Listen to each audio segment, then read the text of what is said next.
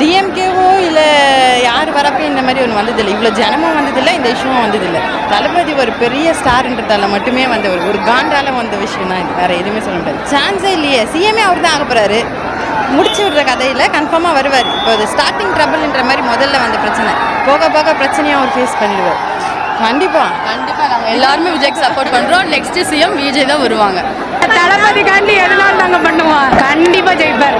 எங்களுக்கு full hope, நாங்கள் மனசார் full hope நாங்கள் வச்சிருக்கோம். நண்பா, நண்பி, தோழா, தோழி,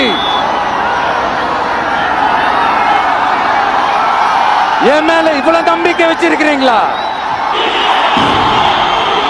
என்னை இவ்வளவு நம்புறீங்களா?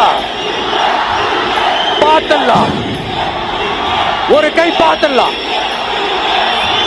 சத்தியமா சொல்றேன், நானும் ஒரு 2-3 வாரத்துக்கு முன்னாடி என்னமோ ஏதோ நினைச்சேன். பார்த்தலாம், சத்தியமா பார்த்தலாம். கான்பிடண்டா இருங்க மக்களே, நல்லதே நடக்கும், வெற்றி நிச்சயம். மீண்டும் சந்திக்கும் வரை நன்றி, வணக்கம்.